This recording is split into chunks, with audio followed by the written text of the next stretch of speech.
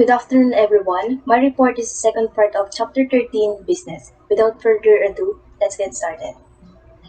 When someone is hired in a company, we will get to know the term performance appraisal. It is the process of evaluating an employee's work and communicating the results to that person. It is the process commonly used by some evaluators or supervisors when it comes to evaluation of their employees' actual performance. And commonly, ito yung nagiging basis nila if deserve ba ng mga employees, taasan yung sahod nila, or i-promote sila sa kanilang pwesto, bigyan sila ng bonuses, layoffs, and so on. And when it comes to measuring performance appraisal, it is often easy to identify using objective and quantifiable criteria. Ito yung mga related sa mga number ng articles na na-publish nila or ilan daw yung mga amount ng money na napoproduce nila or if sila ay mga car dealers, kung ilan na daw yung mga sasakyan na nabenta nila or yung mga achievements nila.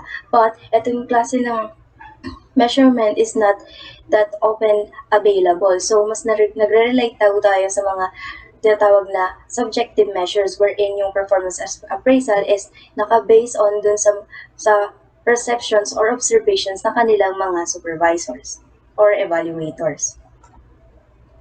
Supervisor ratings. Supervisors stayed informed about the performance of their subordinates. They are often called on to make evaluations. So when it comes to ratings, commonly yung mga supervisors, sila yung mga nakatoka dito kasi it is their job to inspect their employees' activities. Sila yung nag-check sa kanila kung tama ba yung ginagawa nila or meron ba silang maayos na plano dun sa kanilang mga tasks.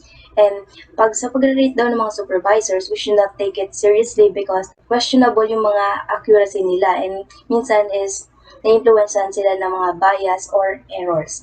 And according to some research that yung mga supervisors daw is mas na-influencean daw ng mga relevant factors gaya ng on-the-job knowledge ng kanilang employees, dependability, and abilities.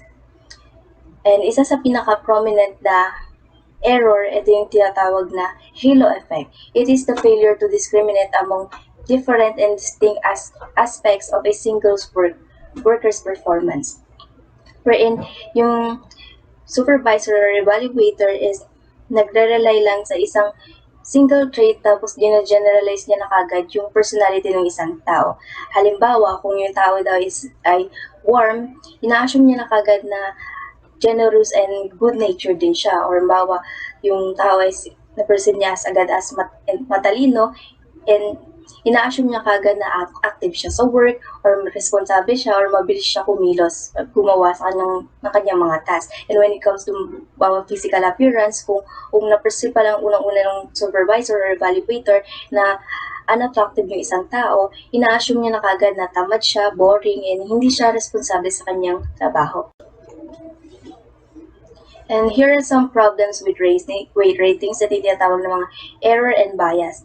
Una is that the stereotypes people have about workers who start their day early or late. So, nagkakaroon ng biases wherein yung early, sila nakaka-receive ng higher ratings and yung late, sila nakaka-receive ng lower ratings. Kasi, syempre, yung mga unang pumasok o mga tinatawag na early birds, commonly, meron na kagad silang good shot sa kanilang mga supervisors or evaluators kasi nga, pinaperceive nila na sila yung mga nag-e-effort pumasok on time, yung responsable sa kanilang trabaho, and binavalue nila mismo yung time. Kaya meron sila kagad na higher ratings para sa mga supervisors. And according to some studies, yung mga supervisors daw as nakikita nilang yung mga early starters or tinatawag na mga early birds as more conscientious or sila daw yung mas tapat sa kanilang mga trabaho kaya meron silang higher ratings.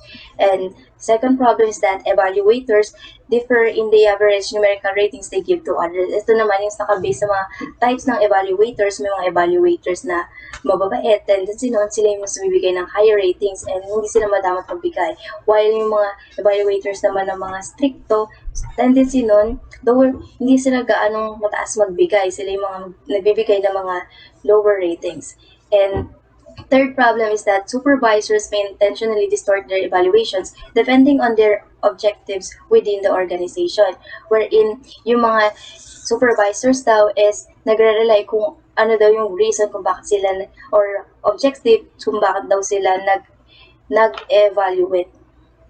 And commonly, yung mga supervisors daw is, according sa some studies, that nagbibigay ng mataas na ratings kung yung reason daw or yung goal daw is to encourage group harmony, to ensure fairness and accuracy, or to motivate those employees, rather than kung yung reason daw is to determine lang daw yung strengths and weaknesses ng mga employees.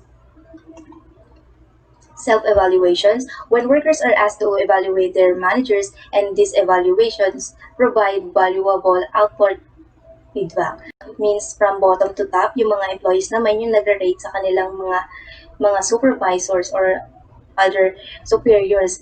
Gaya na lang ng pag-rate natin sa ating mga teachers, yung student na may nag-rate kung tama ba yung pamamalakad ng teachers or nagagawa niya ba na maayos yung kanilang trabaho.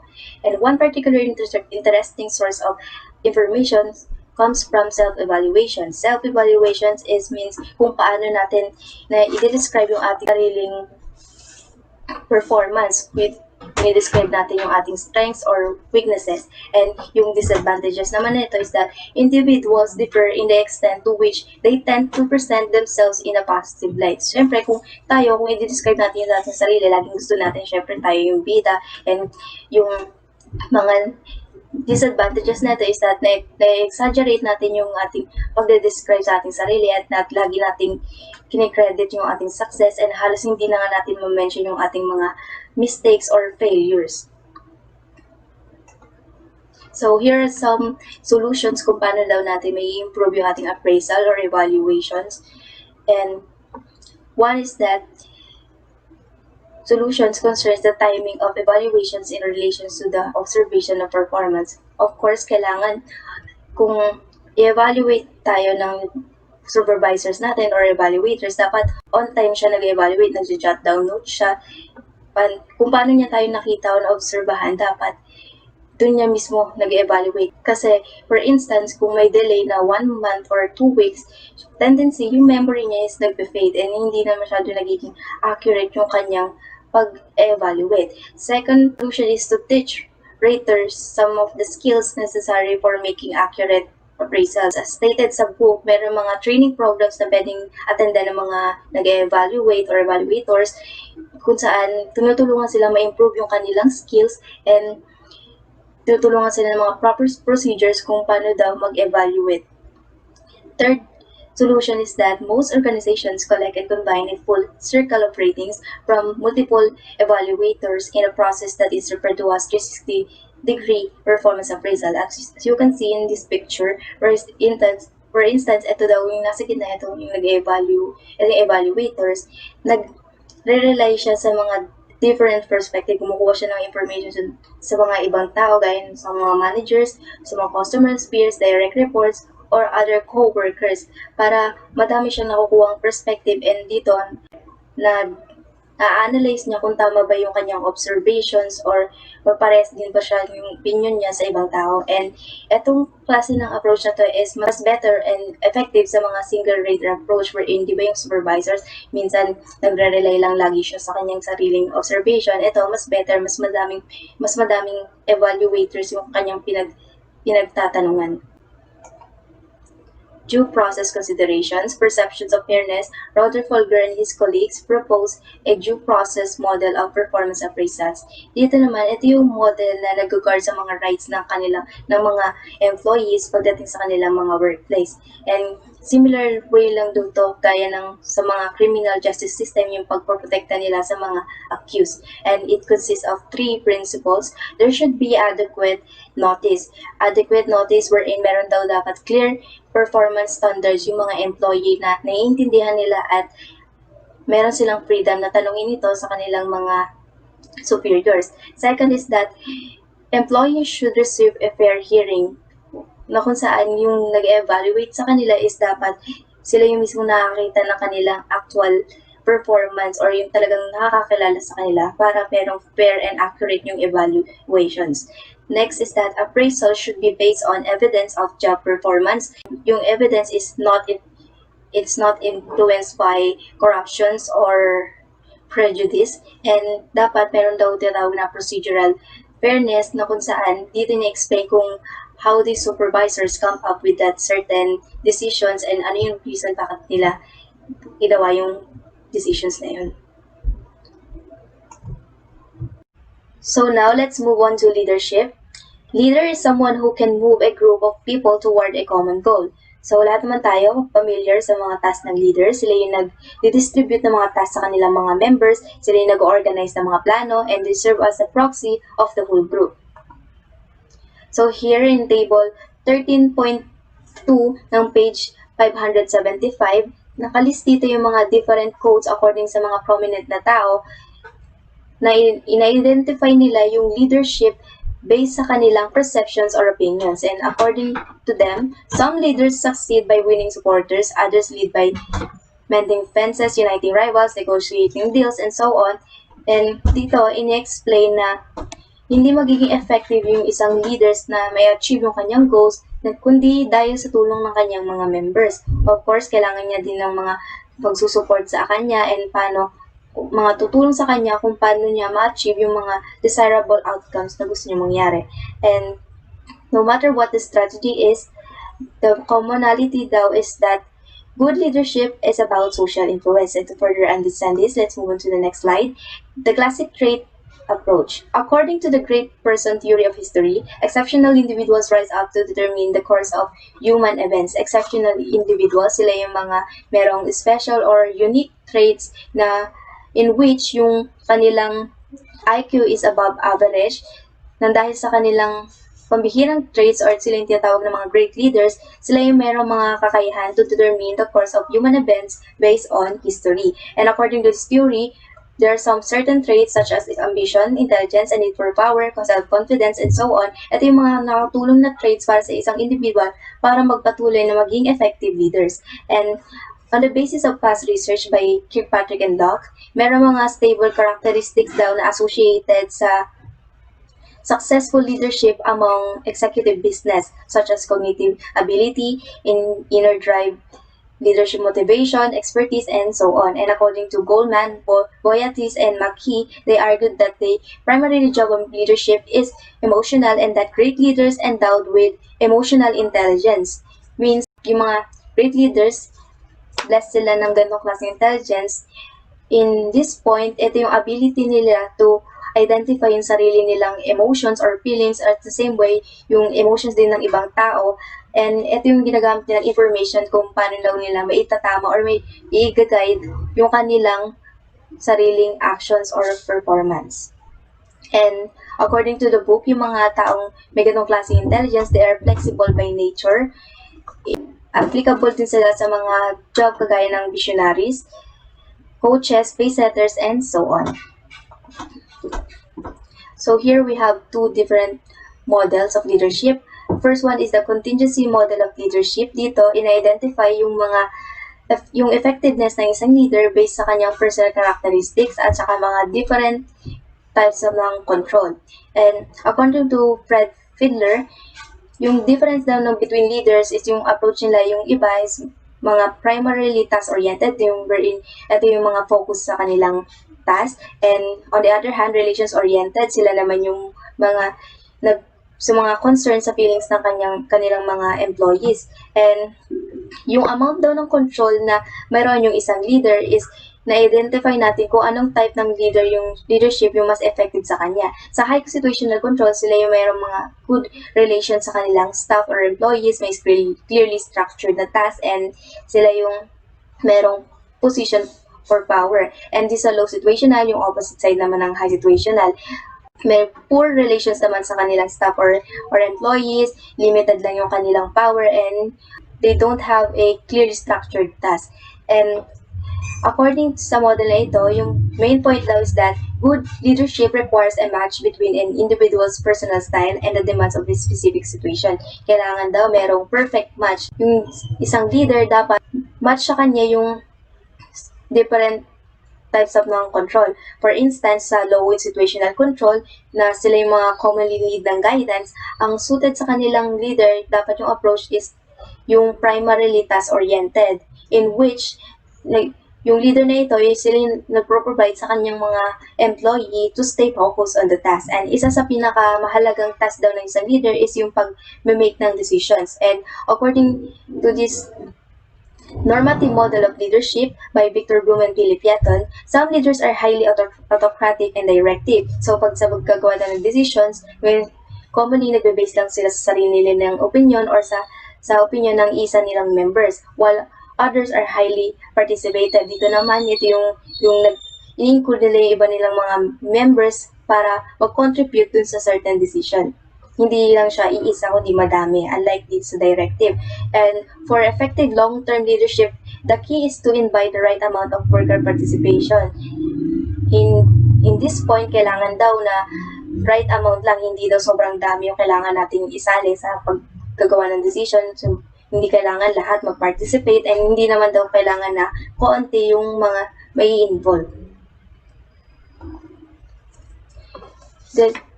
Next, we have the different types of style ng leadership. Then we have the transactional leadership.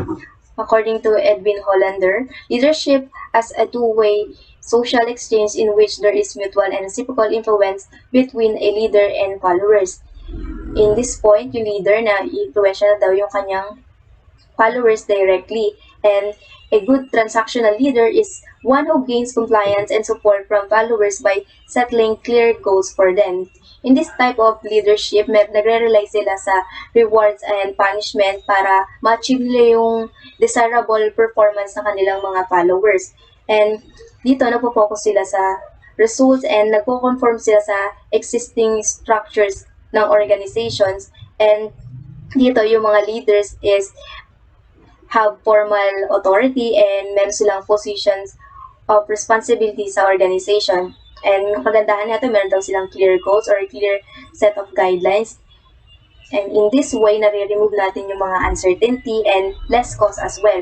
Pero yung disadvantage naman nito is hindi nila encourage yung creativity ng ideas and due to their stringent rules. While on this other side, the transformational leadership, it is more on inspiration. According to James and MacGregor Burns and Bernard Bass, transformational leadership motivates others to transcend their personal needs in the interest of a common cause, particularly in times of growth, change, and crisis. Ini-inspire nila yung tao para ma-achieve nila yung mga unexpected and impossible goals nila.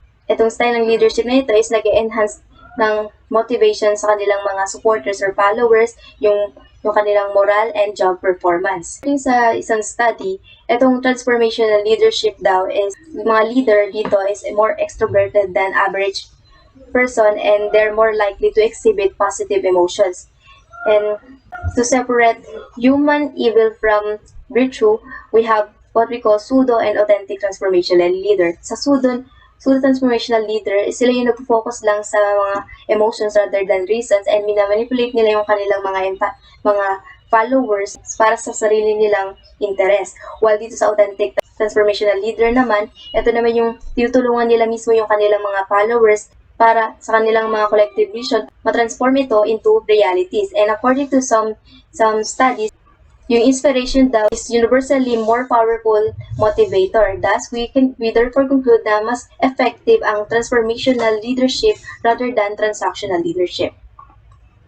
So here in table 13.3, nagkaroon ng mga survey sa mga different empleyado ng mga different organizations, business, or mga owner ng stores, kung pinadescribe sa kanila kung ano yung mga characteristics na sa tingin nila yung mga best leaders para sa kanila. And ito yung mga commonly cited or nangibabaw sa survey, such as charisma, aspirations, intellectual stimulation, individualized considerations, and these are characteristics na associated daw sa transformational leaders. And here's some of examples of leaders. On the left side, ito yung mga examples ng mga transactional leaders gaya ni Steve Jobs na co-founder ng Apple and si Elon Musk ng founder and CEO ng Tesla Motors. While on this right side, ito naman si Martin Luther King Jr.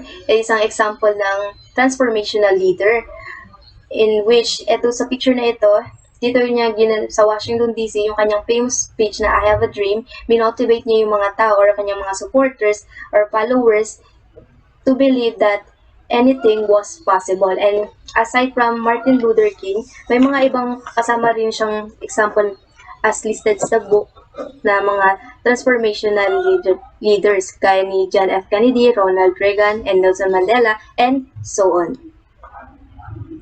Leadership among women and minorities.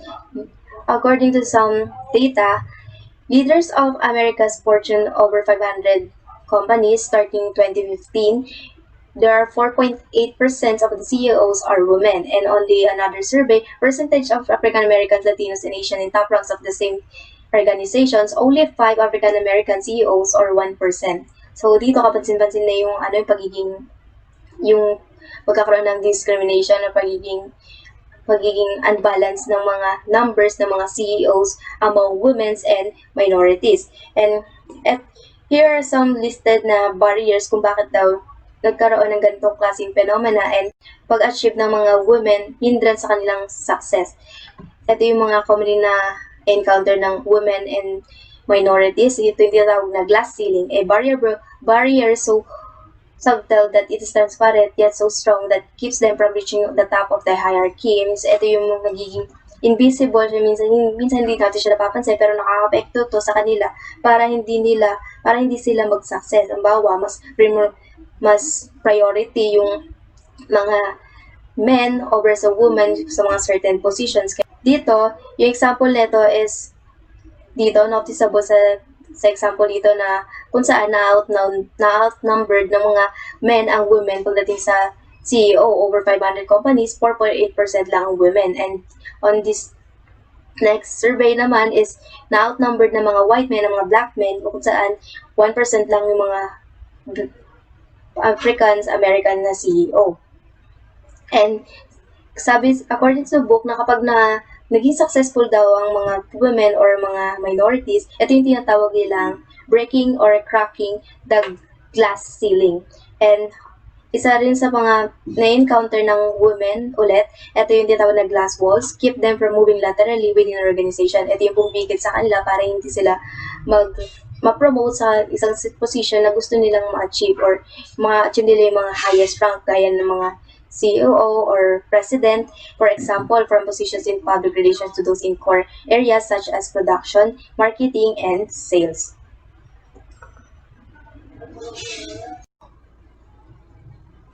So when we talk about women versus men in leadership, from a research literature, both genders are task-oriented and they are equally effective. Ang pinagkaiba lang daw is yung approach nila wherein yung men is more controlling while yung woman is more democratic. Since ganitong approach yung meron yung men, they are more suitable sa mga job na more directive style. Example is yung military kasi they are more on manipulating their followers, and while the woman is suitable sa mga job na managerial settings that require openness and cooperations, in which merong freedom yung mga followers nila na express yung kanilang mga opinions. And according to the conducted survey including college students, the results is that yung men daw is more on centralized leadership structures in which yung mga decisions nila is nagbe-base lang sa mga few members nila or mga sa leader lang. While dito sa women naman is meron silang balanced centralized structures in which may rights lahat ng individual sa group na mag-participate sa kanilang mga decisions. And as stated in meta-analysis of 45 comparative studies that yung women daw sila daw meron mga more transactional and transformational leaders. And as stated in the book na yung mga advantages daw between genders is we should not take it seriously because some of it are based on stereotypes and overstated. And here are some impediments or mga hindrances sa mga kababaihan kung bakit daw hindi sila masyado na-outnumber sila ng mga lalaki na konti lang yung naka-reach sa mga matataas na position.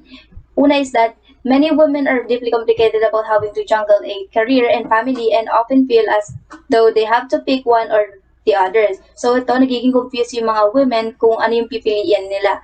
Wherein, kung pinili ba nila yung career, ina-assume nila na mawawalan sila ng time sa kanilang family. And kapag pinili naman nila yung family, ina-assume nila na hindi naman nila magagamit yung mga pinag-aralan nila.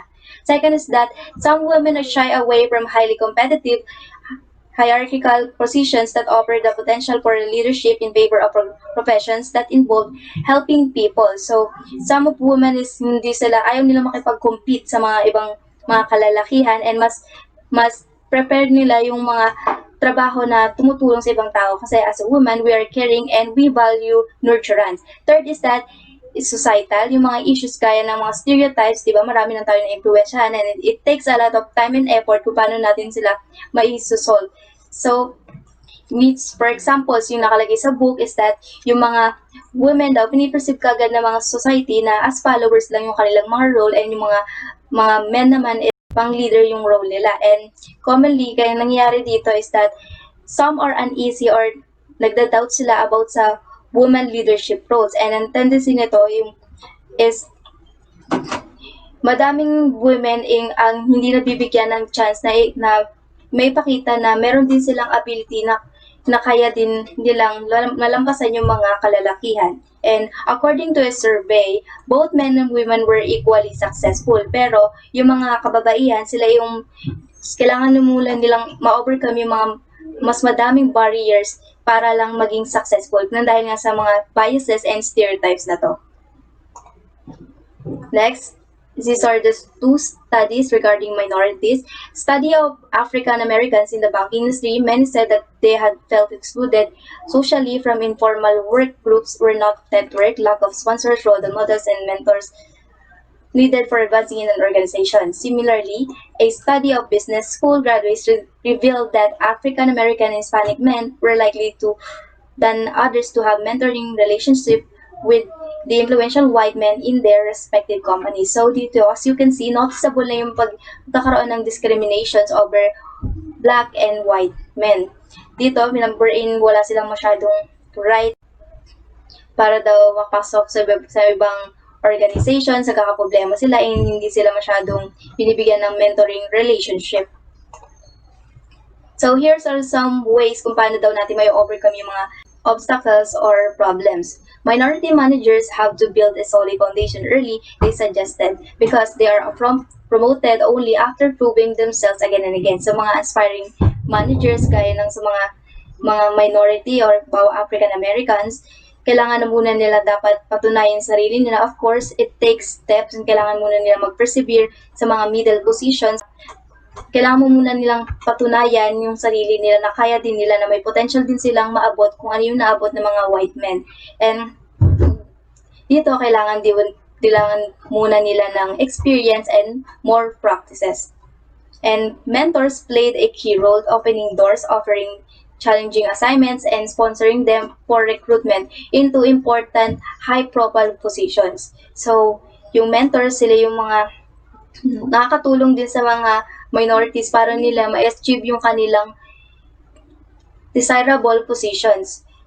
And according to Ancela Livers and Kate Cover, further suggested based on the self-reports of black professionals that success involved some common ingredients such as having a distinct identity and a heightened focus on race, office politics, networking, and again, the need for mentors. So ito yung madami daw factors, hindi tayo nag-base isang factors para maging successful. Marami siya wherein kailangan nating ipakita na kahit na distinct yung ating identity, pakita rin natin na kaya rin natin and kaya din natin magkaroon ng pwesto sa mga office politics and meron din tayong right sa mga networking and kailangan rin natin syempre ng mentors na tutulong sa atin kung paano natin ma-achieve yung mga desirable goals na gusto nating marating.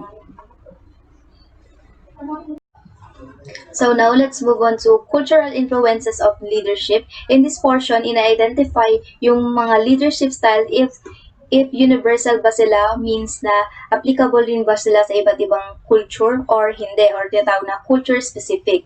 So, based on surveys, yung mga Canadian managers were seen as visionaries, which means that meron silang realistic visions of the future and nagsaset sila ng mga realistic goals. While yung mga Taiwanese managers naman were seen as more mobilizers, which means that they help make the work challenging and gave praise and feedback.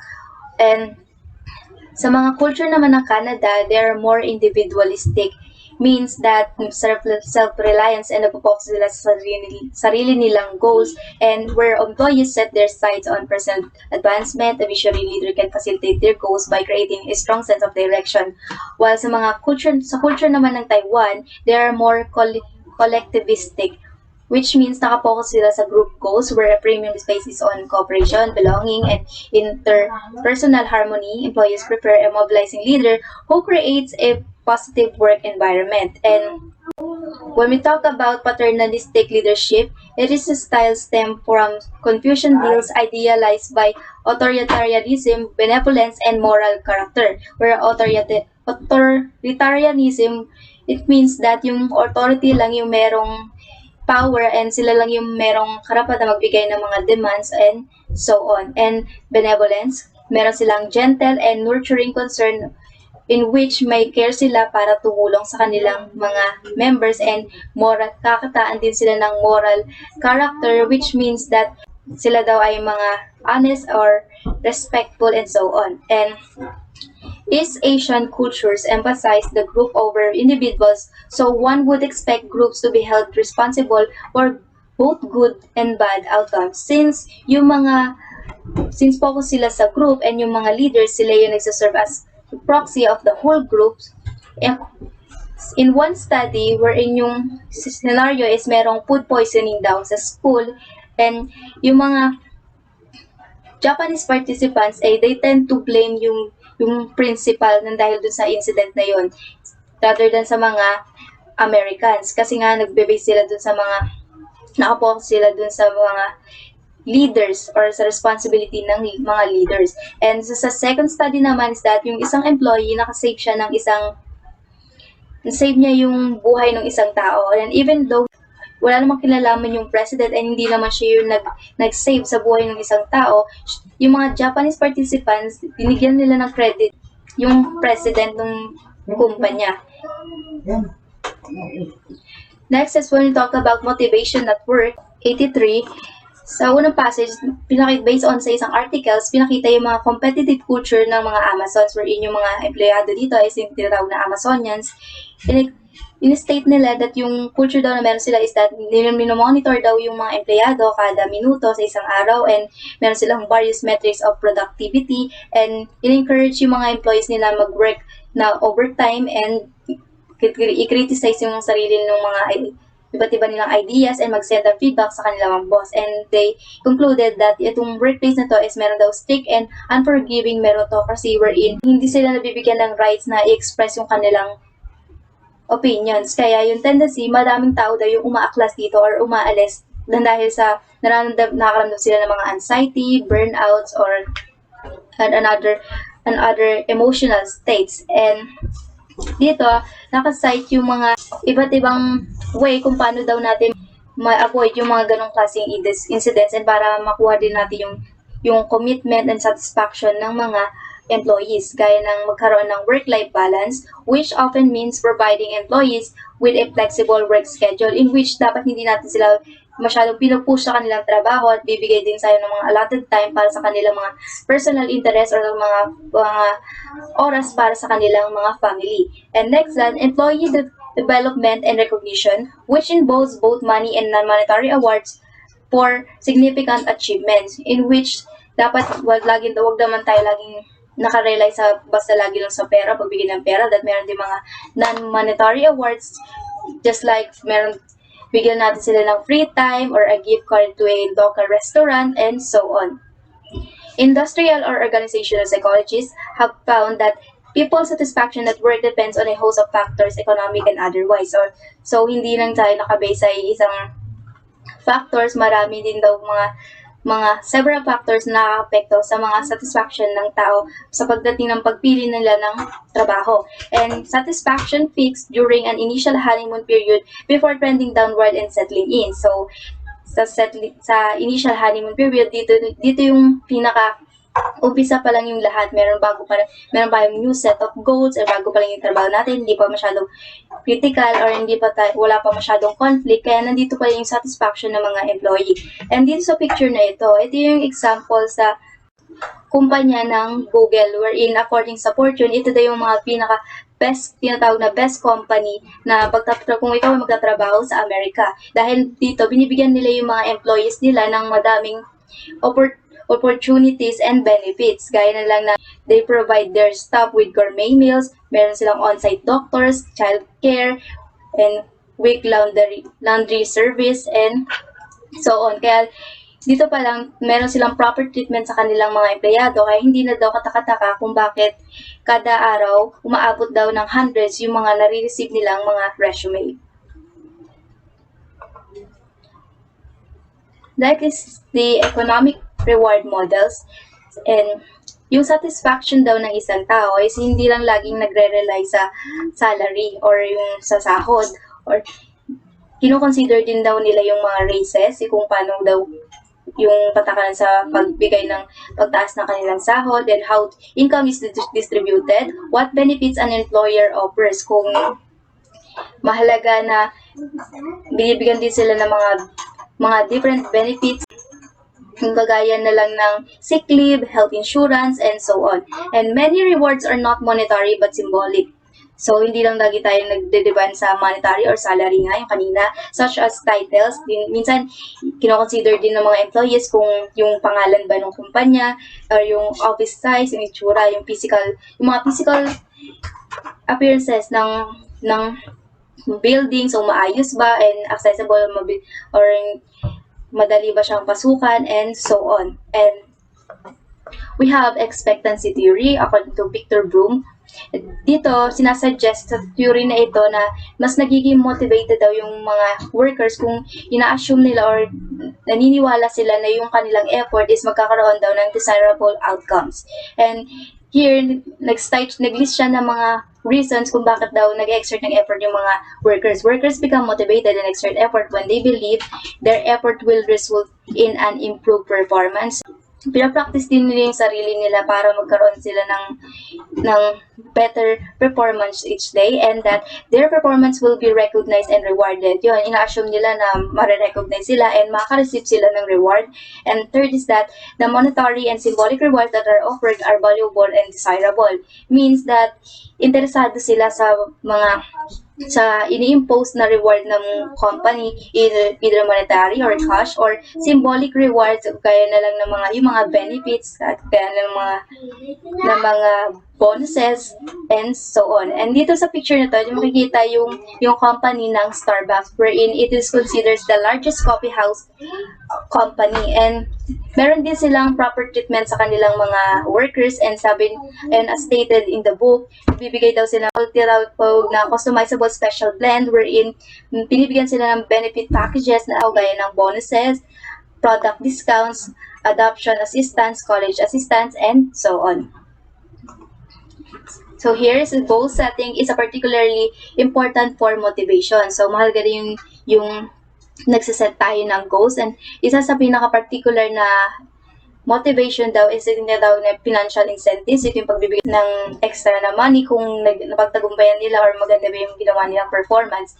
And in this figure, ito yung theory na pinopose ni Edwin Locke and Gary Latham, in which mahalaga na dapat daw nagsiset tayo ng specific or difficult goals sa ating sarili or as a group, para sa ganun maabot natin yung gusto nating desirable outcome. So of course, kung meron tayong specific difficult goal, kailangan natin magkaroon ng goal relevant choices, effort, and persistent, and kailangan natin i-increase yung ating productivity and performance. So at the end, ma-achieve natin yung gusto nating reward and satisfaction. So cycle lang yan. Kung gusto natin maging successful, kailangan natin mag-set ng specific difficult goal para ma-remain tayong motivated and mas na-challenge tayo sa ating task. And according to some study, dinidetermine nila kung ano daw yung mas effective, kung nagsaset ba tayo ng specific difficult goals sa isang individual level or sa group level. And as a result, and parehas lang daw na effective yung pagsaset natin ng specific difficult goal either in individual level or group level. That's all.